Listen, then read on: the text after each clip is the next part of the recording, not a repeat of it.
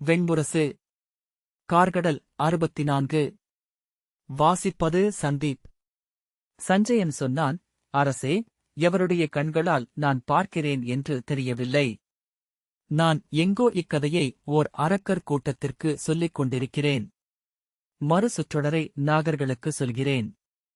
ஆழ்ந்த கனவென அக்காட்சி திரும்புகையில் அரண்மனையில் காந்தார பேரரசியிடம் சொல்லிக் கொண்டிருக்கிறேன். இப்போது இதை சொல்லும்போது நான் எங்கோ ஒரு வழிச்சாவடியில் வணிகர் நடுவே வழியில்லாத சூதனாக அமர்ந்து இக்கதையை பாடுவதாக உணர்கிறேன். படைகளுக்கு மேல் இரும்புக் கவசம் இருளில் விண்மீன் ஒளியில் மின்னும் சுனைநீர் போல அலைகொள்ள பால்ஹிகர் சென்று கொண்டிருப்பதை துரியோதனன் பார்த்தான். முதலில் அது என்ன அசைவென்று அவனுக்கு தெரியவில்லை.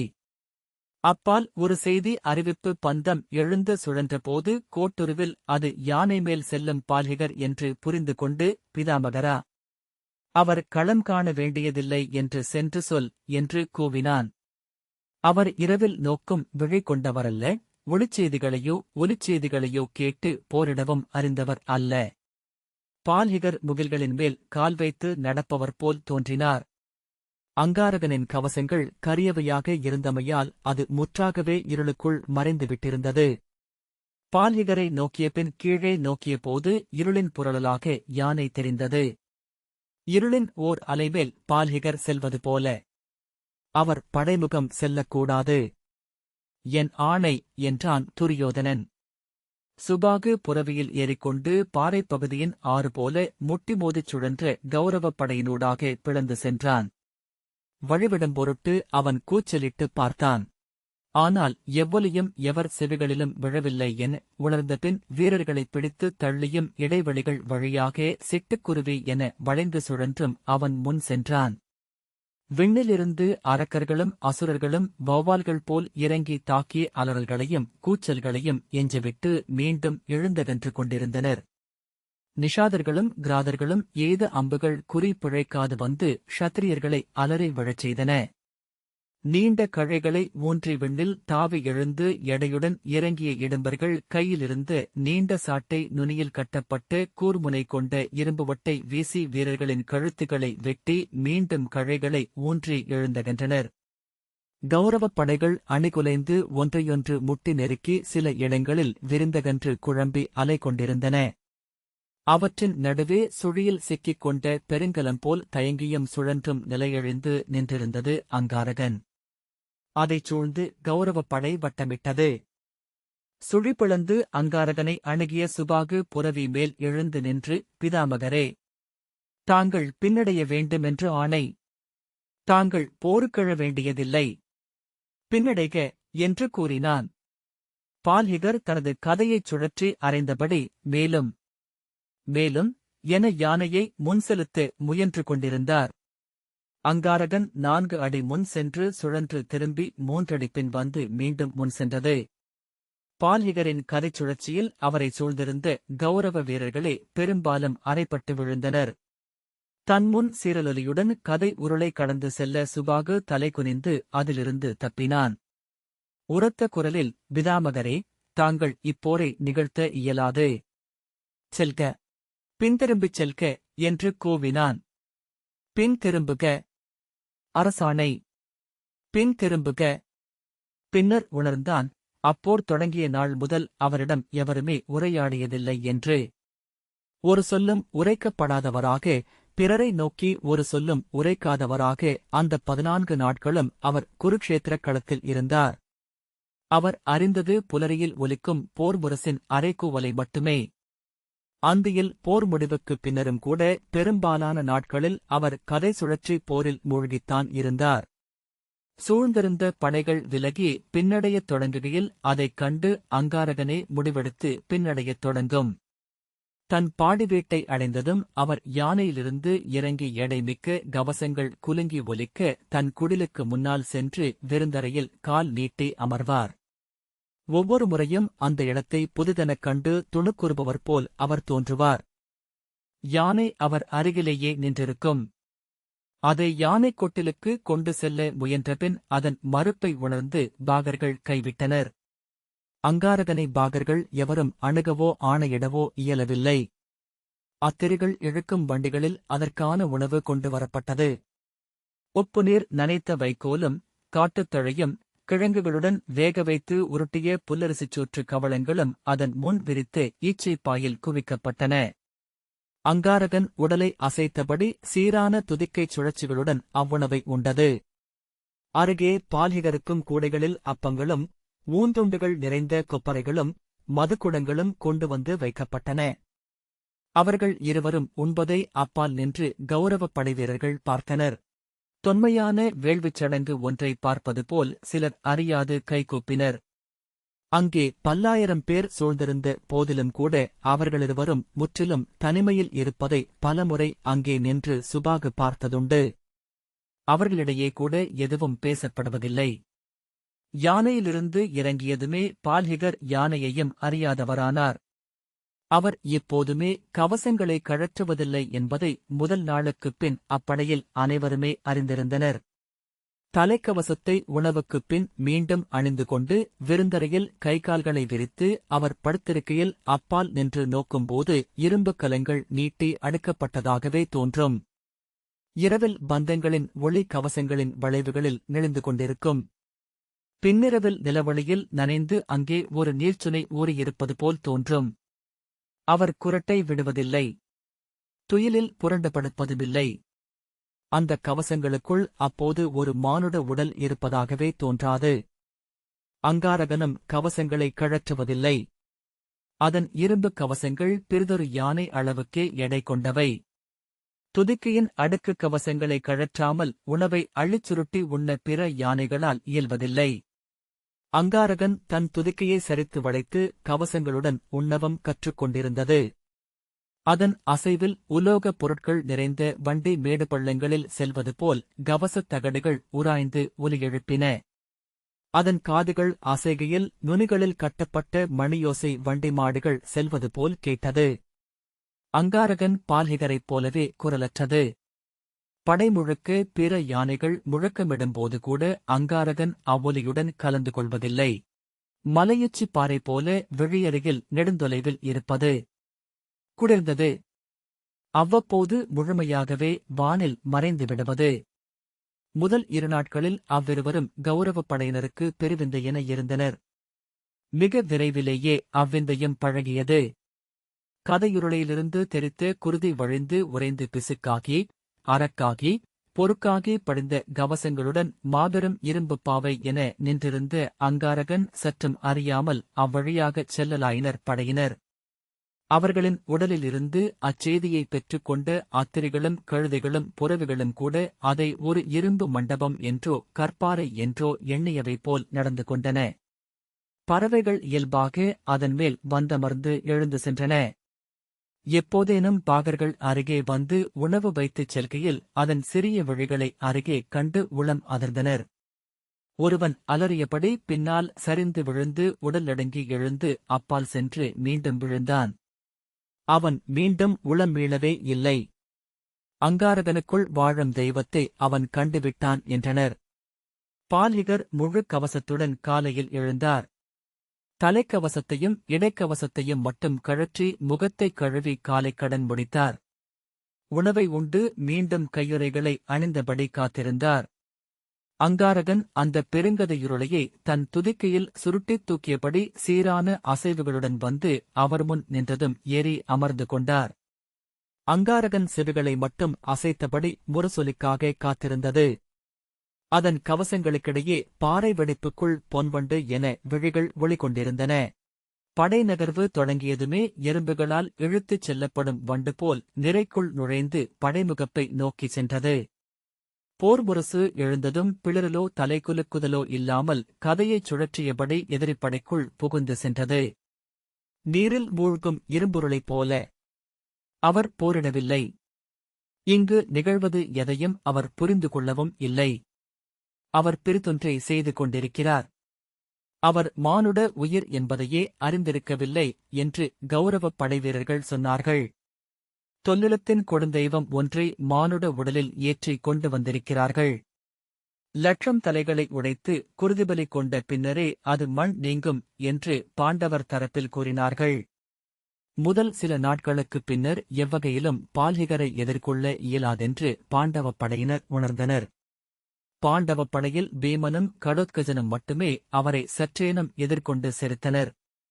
அவர்களும் அவர் பெருங்கதையின் வீச்சை ஒழிந்தும் தவிர்த்தும் களமாடி அவரை தாங்கள் எண்ணிய இடத்தில் நிலை கொள்ளச் செய்வதையே போர் முறையென்று கொண்டிருந்தனர். பீமனும் கடோத்கஜனும் பின்னடையும்போது பாண்டவப் படைகளுக்குள் புகுந்த அங்காரகன் கதை வீசி தேர்களையும் யானைகளையும் மானுடத் திரளையும் உடைத்து சிதைத்தழித்தபடி ஊடுருவிச் சென்று சுழன்று மீண்டது. அங்காரகனைப் பார்த்ததுமே படைவீரர்கள் சிதறி அகன்று வழிவிட, காற்றுச் சருகுகளை ஊதி விலக்குவது போல் வெற்றிடத்தை உருவாக்கியபடி அவர் பாண்டவப் படைகளுக்குள் சுழன்று வந்தார். யானைகளும் புறவிகளும் கூட இயல்பாக அகன்றோடி அவரை தவிர்த்தன. ஆனால் அணிநிறைந்த படை எங்கோ ஓரிடத்தில் சுழித்து அசைவிலாது சிக்கிக் கொள்ள நேர்ந்தது. அப்போது அதன் மேல் பரந்த கதை குருதி உண்டு விண்ணில் சுழன்றது. படைவீரர்கள் அஞ்சிச் சிதறி ஓடினர். வழி மூடிக்கொண்டபோது விழிமூடி உடலை இறுக்கி தலை கொடுத்து விழுந்தனர். சில தருணங்களில் ஆட்கொள்ளப்பட்டவர்கள் போல வீரர்கள் அப்பாலிருந்து படைக்கலங்களை எறிந்துவிட்டு, பிதாமகரே, என்னை கொல்க என கூச்சலிட்டபடி வந்து அவர் முன் மண்டியிட்டு தலையை அக்கதைக்கு அழித்து சிதறி விழுந்தனர். தொலைவிலிருந்து போர் புரியும் பால்ஹிகரை பார்க்கையில் அக்கவசங்களுக்குள் ஒரு மானுட உடல் இருப்பதே தெரியவில்லை. அவர் தன் கதைச் சுழற்சியை எவ்வகையிலும் மாற்றிக்கொள்ளவில்லை. விசை கூட்டவோ குறைக்கவோ செய்யவில்லை. வென்று களிப்புறவோ பின்வாங்கி சீற்றம் அடையவோ இலக்கு தேடி செல்லவோ தவறும் இலக்குகளை குறிவைத்து தொடரவோ இல்லை. அந்த விலக்கமே பேரச்சத்தை உருவாக்குவதாக இருந்தது. அவர் படைகளை வழிநடத்தவில்லை. ஆனால் யானை சென்ற வழியே சென்று மெய்யும் மான் கூட்டங்கள் என கௌரவப் படை அவரைச் சூழ்ந்து பின்தொடர்ந்தது. அவர் செல்லும் வழியை தங்களுக்கான திறப்பாக பயன்படுத்திக் கொண்டது. அவர் அனைத்து ஆணைகளுக்கும் அப்பாலிருந்தார். அவரிடம் எச்சொல்லும் சென்றடையாதென்று உணர்ந்தபின் சுபாகு புரவியை திருப்பி பின்னடைந்தான். எதிரில் வந்து கொண்டிருந்த துர்முகனை நோக்கி, எப்போதும் பிதாமகரின் இருபுறமும் கௌரவர்கள் ஐவர் நிலை கொள்க. அவர் இப்போது தனித்து பாண்டவப் படைக்குள் சென்றுவிடலாகாது. அவரை கிராதர்கள் சூழாது நோக்குக என்று ஆணையிட்டான். துர்முகன் தலைவணங்கி கைவீசி பிற உடன்பிறந்தாருக்கு ஆணையிட்டபடி பால்ஹிகரை நோக்கிச் சென்றான். சுபாகு புரவியில் திரும்பி துரியோதனனை வந்தடைந்தான். கர்ணனும் துரோணரும் அஸ்வத்தாமனும் 3 முனைகளில் பாண்டவர்களின் படையெழுச்சியைத் தடுத்து பின்னடையச் செய்து கொண்டிருந்தனர். கிராத படைத்தலைவரும் வெவ்வேறு முனைகளிலிருந்து எதிர்பாராத தருணத்தில் தோன்றி அவர்களை அறைந்து அக்கணமே அலையென பின்வாங்கி மறைந்து மீண்டும் தோன்றி தாக்கினர். துரியோதனனை அணுகிய சுபாகு, மூத்தவரே, பிதாமகரை எவ்வகையிலும் நம்மால் கட்டுப்படுத்த இயலாது. நம்மிடமிருந்து ஒரு சொல்லும் அவரை நோக்கி செல்வதில்லை என்றான். ஒரு கணத்திற்குப் பின் அவன் சொல்வதை புரிந்து கொண்ட துரியோதனன், ஆம், உண்மை. நானும் அதை முன்னரே பலமுறை உணர்ந்திருக்கிறேன் என்றான். பின்னர் ஒன்று செய்க, அவரது யானையுடன் நம்மால் உரையாட முடியும். அங்காரகனிடம் கூறுக என்றான். அங்காரகனிடமா என்று சுபாகு கேட்டான். ஆம், அது நம் சொற்களை கேட்கும். பிதாமகர் நாமறியாத நிலத்திலிருந்து இங்கே எழுந்தவர். அங்காரகன் நம்முடன் குழவியாக இருந்து வளர்ந்தது. இங்கு பட்டத்து யானையாக பழகியது. அதனுடன் பேசுக. அதற்கு ஆணையிடுக. உளம் கொண்டால் அது கேட்கக்கூடும் என்றான். மூத்தவரே, அது மதம் கொண்டது போல் தோன்றுகிறது. சூழ மானுடர் இருப்பதையே உணராதது போல் இருக்கிறது. அவர் முற்றமைந்து அதை ஆள்கிறார். தான் வாழும் விண்ணுலகிலிருந்து அதனுடன் பேசிக் கொண்டிருக்கிறார் என்றான். முறையிடுக. அதை நோக்கி ஓயாது பேசிக் கொண்டிரு. ஓரிரு சொற்களையேனும் அது ஏற்கக்கூடும். செல்க என்று துரியோதனன் சொன்னான். இன்று இரவு பிதாமகர் இக்களத்திலிருந்து மீண்டாக வேண்டும். நாம் அவரை முன்னரே களமிழாது செய்திருக்க வேண்டும். பெரும்பிழை செய்துவிட்டோம் என்று என் உள்ளம் பதைக்கிறது. செல்க என்றான். அக்கணம் விண்ணிலிருந்து அவன் முன் இறங்கிய இடும்பன் ஒருவன் தன் இரு கைகளிலும் இருந்த நீண்ட வாள்களால் அவனை அறைந்தான். வில்லின் கணையால் இரு வாள்முனைகளையும் தடுத்து பின்னடைக, பின்னடைக என்று பாகனுக்குச் சொல்லி தேரை பின்னடையச் செய்தபின் தன் வாளை உருவியபடி அவ்வரக்கனை எதிர்த்துப் போரிட்டான் துரியோதனன். ஒரு வாள் உடைந்து பிறிதொரு வாளை துரியோதனன் மேல் வீசி எறிந்தான் இடும்பன்.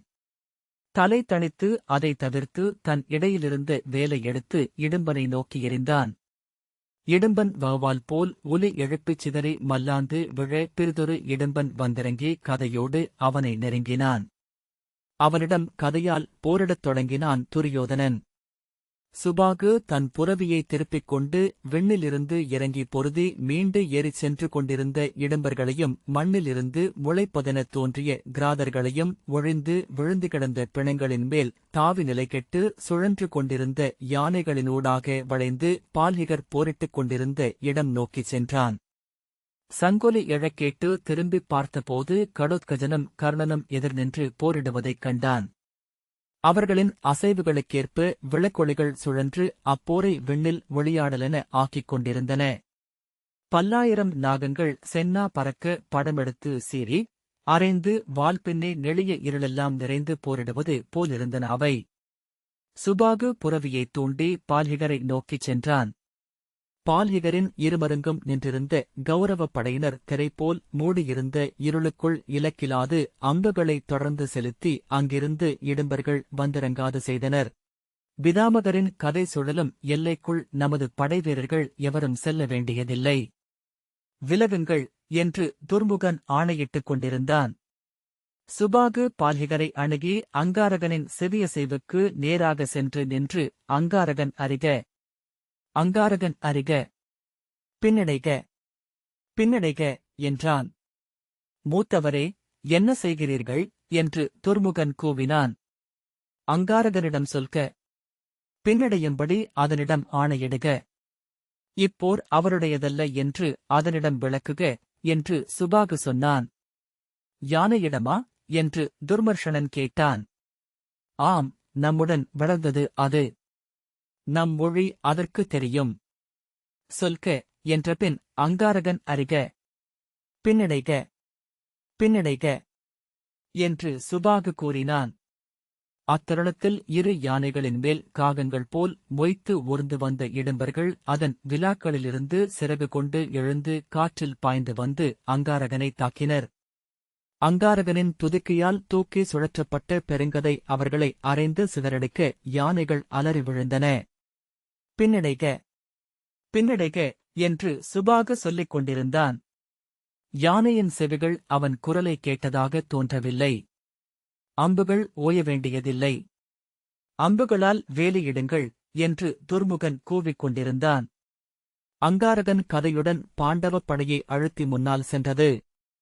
இடும்பர்கள் கூச்சலிட்டபடி வானில் எழ பாண்டவப் படையினர் இருளில் முட்டி மோதிச் சிதறினர்.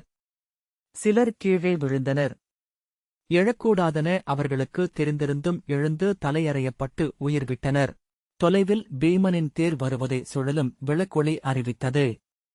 பீமசேனர் இங்கு வருகிறார். அவர் பால்ஹிகரை எதிர்கொள்ளக்கூடாது. பின்னடையச் செய்யுங்கள் என்று சுபாகு சொன்னான். ஆனால் தன்னெதிரில் வந்த இடும்பர்களை அரைந்து வீழ்த்தியபடி அங்காரகன் மேலும் முன்னடைந்தது. இறையுருவே, செவி கொள்க, பின்னடைக. இப்போர் உனக்குரியதல்ல. பின்னடைக, பின்னடைக என்று சுபாகு கூவிக் கொண்டிருந்தான். ஒரு கணம் யானையின் செவிகள் அசைவிழப்பதை அவன் கண்டான்.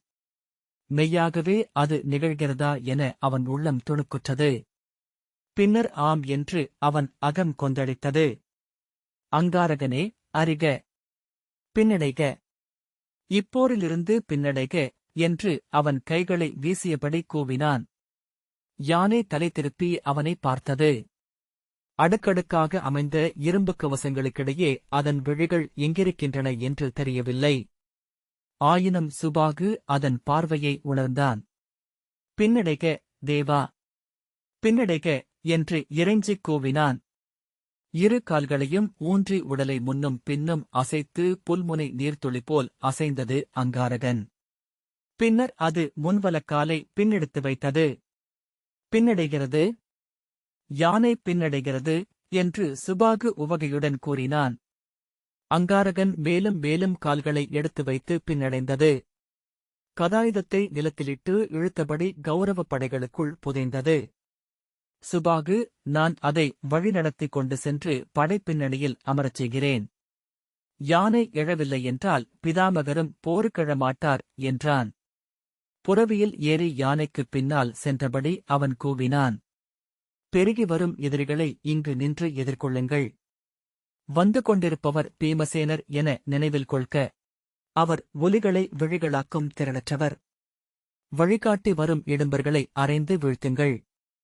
அவர்களின் விளக்கடையாளங்களை நோக்கி அம்புகளை குறிவையுங்கள். சுபாகு புரவி மேல் எழுந்து யானையின் காதை நோக்கி பின்னடைக. அங்காரகனே, பின்னடைக, பின்னடைக என்றான். யானை பின்னடைவதன் விசை மேலும் கூடியது.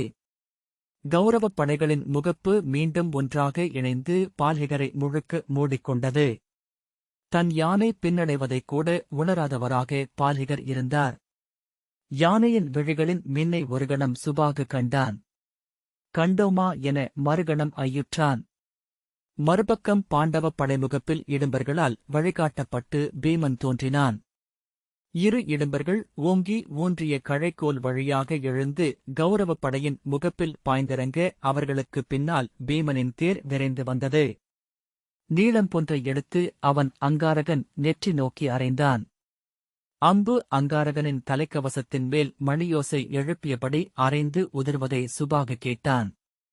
பின்னடைக, இது உங்கள் போரல்ல. அங்காரகனே, பின்னடைக என்று அவன் கூவினான். மீண்டும் மீண்டும் பீமனின் அம்புகள் வந்து அங்காரகனை அறைந்தன. அங்காரகன் அவ்வம்புகளைப் பொருட்படுத்தாமல் பின்னடை வைத்து திரும்பிச் செல்வதற்காக திரும்பிய கணம் அம்பு ஒன்று வந்து அதன் கவச இடுக்குக்குள் நுழைந்தது. உரக்கப் பிளிறியபடி அங்காரகன் திரும்பியது. வேண்டாம் அங்காரகனே, வேண்டாம். நில்லுங்கள் இறையுருவே, கரியே, நில்லுங்கள் என்று சுபாகு கூவினான். ஆனால் பிளறலோசையுடன் மீண்டும் பெருங்கதையை தூக்கிச் சுழற்றியபடி பீமனை நோக்கி அங்காரகன் சென்றது. அங்காரகனின் கதையால் அறைப்பட்டு இடும்பர்கள் சிதறி விலகிய வழியினூடாக அது வெறிகொண்ட பிளறலுடன் பீமனை நோக்கிச் சென்றது. போர்க்களத்தில் அதன் குரல் முதன்முறையாக எழுவதை சுபாகு கேட்டான். பீமன் தன் தேரிலிருந்து பாய்ந்திறங்கிய கணமே அங்காரகனின் பெருங்கதை பீமனின் தேரை அறைந்து துண்டுகளாக சிதறடித்தது. சூழ்ந்திருந்த இடும்பர்கள் சிதறி விலக கதை அப்பகுதி எங்கும் விம்மலோசை எழுப்பியபடி சுழன்றெழுந்தது. அது தொட்ட இடங்களெல்லாம் உடைந்து தெரித்தன. யானை ஒன்று குருதி சிதற சிதைந்து மண்ணில் விழுந்து துடிப்பதை சுபாகு கண்டான். பீமன் பாய்ந்து புரவியொன்றின் மேலேறி அங்காரகனை நோக்கி வந்தான். அங்காரகனின் கதைச் சுழற்சியை புரவியிலமர்ந்தபடி மிக எளிதாக ஒழிந்து அதை அணுகி கையிலிருந்த நீள்வேலை அதை நோக்கி எறிந்தான். அங்காரகனின் அலறல் கேட்டதுமே மீண்டும் கவச இடைவெளியினூடாக வேல் உள்ளே சென்று விட்டதென்பதை சுபாகு உணர்ந்தான். பீமன் புரவியில் பின்னடைந்து தன்னை நோக்கி வந்த இடும்பர்களிடமிருந்து பிறிதொரு நீள்வேலை வாங்கி ஓங்கி வீச அந்த வேலும் அங்காரகனின் அதே கவச இடைவெளியில் பாய்ந்தது. அங்காரகன் அலறியபடி உடலை ஊசலாட்டி தன்னைத்தானே சுழற்றியது. என்ன நிகழ்கிறது என்பதை சுபாகு புரிந்து கொண்டான். பகலில் விழிகளால் இலக்குகள் சிதறடிக்கப்பட்டு அங்காரகனின் கவசத்தை கடந்து அம்புகள் செல்லாதொழிந்தன. இரவில் ஒலிகளையே இலக்காக்கி தாக்குவதனால் முதல் இலக்கு தற்செயலாகப்பட்ட அதே புள்ளிக்கு மீண்டும் மீண்டும் அம்புகளையும் வேலையும் செலுத்த பீமனால் முடிந்தது. சுழலும் யானையின் உடலில் அந்த இலக்கை எப்படி அறிகிறான்? மீண்டும் ஒரு வேலால் பீமன் அங்காரகனை அதே இலக்கில் அறைந்தான். சுழலும் யானையே கவசங்களின் உரசல் ஒலியாக மட்டுமே பீமன் பார்த்துக் கொண்டிருக்கிறான். அவ்வொலியை மிக அருகிலென பார்க்க இயல்கிறது. ஒளியாலான இலக்குகள் தொலைவால் மங்கலடைகின்றன. ஒலியாலான காட்சிகளுக்கு அண்மையும் சேமையும் இல்லை. கைகளால் தொட்டு உணர்வது போல் இலக்குகளை அறிய முடிகிறது. மீண்டுமொரு வேல் அங்காரகனின் அதே இலக்கை தாக்க சுழன்று அலைபாய்ந்த யானையின் செவிப்பள்ளத்தில் புதைந்திருந்த 7 வேல்களை சுபாகு பார்த்தான். அங்காரகனை காத்துக் கொள்க, சூழ்ந்து கொள்க என்று அவன் கௌரவர்களுக்கு ஆணையிட்டான். அவர்கள் தங்கள் விற்களுடன் அங்காரகனைச் சூழ்ந்து வந்து பீமனை தாக்கினர். பீமனைச் சூழ்ந்து வந்த க்ஷத்திரியர்கள் விற்களால் கௌரவப் படைகளை தாக்கினர். வீமன் அங்காரகனுடன் போர் புரிந்து கொண்டே எதிர்பாராத களத்தில் புரவியிலிருந்து எழுந்து தாவி வந்து கதாயுதத்தால் துர்மர்ஷனனை அறைந்து கொன்றான். திகைத்து பின்னடைந்த துர்தர்ஷனையும் ஊர்ணநாபனையும் கொன்றான். சுபாகு பின்னடைந்து விலகுக விலகுக என்று கூவிக்கொண்டிருக்கையில் பாய்ந்து அங்காரகனின் அந்த செவிப்பள்ளத்தில் மீண்டுமொரு வேலால் அறைந்தான். அங்காரகனின் கையிலிருந்து பெருங்கதை நழுவி தரையில் விழுந்தது. சங்கிலி உருவி வளையங்களாகி அதன் மேல் பொழிந்தது. யானை உடலை முன்னும் பின்னும் ஊசலாட்டி துதிக்கையைச் சுருட்டி தலைகுலுக்கி உரக்கப் பிளறியது. காற்றில் பாய்மரம் உலைவது போல் ஆடி கவசத்தின் இரும்பு பலகைகளும் சங்கிலிகளும் உராய்ந்து எழுந்து குவியலோசையுடன் பக்கவாட்டில் விழுந்தது. கவசங்களின் எடையால் அந்த வீழ்வொலி நிலத்தை அதிரச் செய்தது. வீமன் பாய்ந்து அங்காரகனின் மேலேறி அதன் செவிப்பள்ளத்தில் பாய்ந்திருந்த வேலின்மேல் கதையால் ஓங்கி அறைந்து இறக்கினான். யானையின் உடலுடன் சேர்ந்து விழுந்து ஒரு கால் யானைக்கு அடியில் சிக்கிக்கொள்ள கையூன்றி எழ முயன்று கொண்டிருந்த பால்ஹிகரை அணுகி தன் கதையால் அவர் தலையை ஓங்கி அறைந்தான் பீமன். தலைக்கவசம் உடைந்து தெறிக்க பால்ஹிகர் நிமிர்ந்து பீமனை பார்த்தார். மறுமுறை கதையைச் சுழற்றி பால்ஹிகரின் தலையை அறைந்து மண்டை ஓடு உடைந்து அகலச் செய்தான். மீண்டும் இருமுறை அறைந்து தலைக்கூழ் அப்பகுதி எங்கும் சிதறச் செய்தபின் தன் கதையை தலைக்கு மேல் தூக்கினான். சூழ்ந்திருந்த இடம்பர்கள் தங்கள் படைக்கலங்களைத் தூக்கி வெற்றி குரலெழுப்ப அவ்வோசை பாண்டவப் படைகளுக்குள் பரவிச் சென்றது. சுபாகுவின் உடல் நடுங்கிக் கொண்டிருந்தது. புரவியைத் தட்டி செலுத்த அவனால் இயலவில்லை. அவன் உணர்வுகளை புரிந்து கொண்டதைப் போல் புரவி பின்னடைந்து பாய்ந்து விலகி கௌரவப் படைகளுக்குள் புகுந்து ஓடியது. அவனைச் சூழ்ந்து பிதாமகர் விண்புகுந்தார். விண்ணேகுக மூதாதை, விண்டுகழ்க பெருந்தந்தை என வாழ்த்தொலிகள் எழுந்து பரவிக் கொண்டிருந்தன. இந்த வாசிப்பை கேட்டதற்கு நன்றி.